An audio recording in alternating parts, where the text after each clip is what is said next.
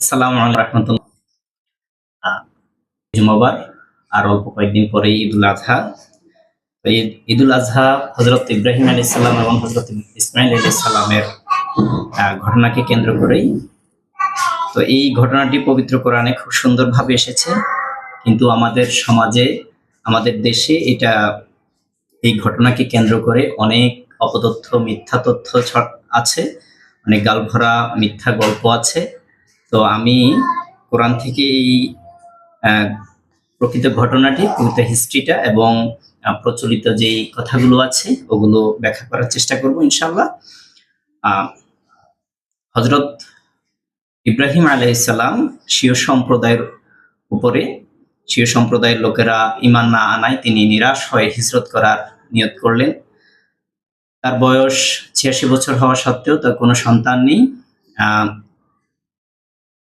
এরপরে তিনি আল্লাহর কাছে দোয়া করলেন, রব্বি হাবলি মিনাস সলিহিন। একজন সৎকর্মশীল সন্তানের জন্য তিনি আল্লাহর কাছে দোয়া করলেন। ফাবাশশারনাহু বিগুলামিন হালিম। আল্লাহ তাআলা তাকে একজন ধৈর্যশীল পুত্র সন্তানের সুসংবাদ দিলেন।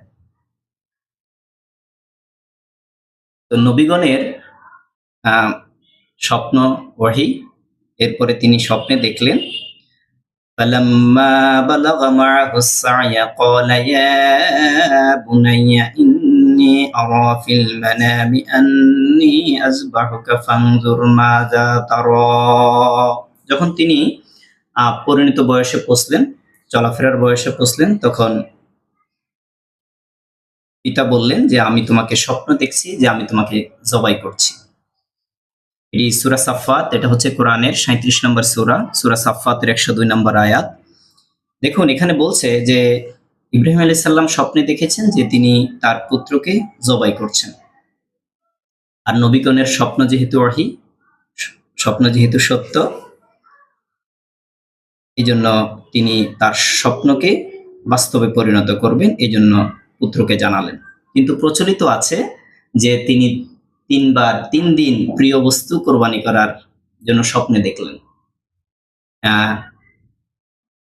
তো এই কথাটা আপনারা যদি যেকোনো তাফসিরেই দেখেন, তাফসিরে ইবনে কাসির, তাওজিহুল কোরআন যেটা আল্লামা তাকি উসমানী লিখেছেন, তাফসিরে মাআরিফুল কোরআন, তাফসিরে মাযহারি, এগুলো কোনোটাতেই এই ৩ দিন স্বপ্ন দেখা, এরপরে তিনি ১০০ করে উট কুরবানি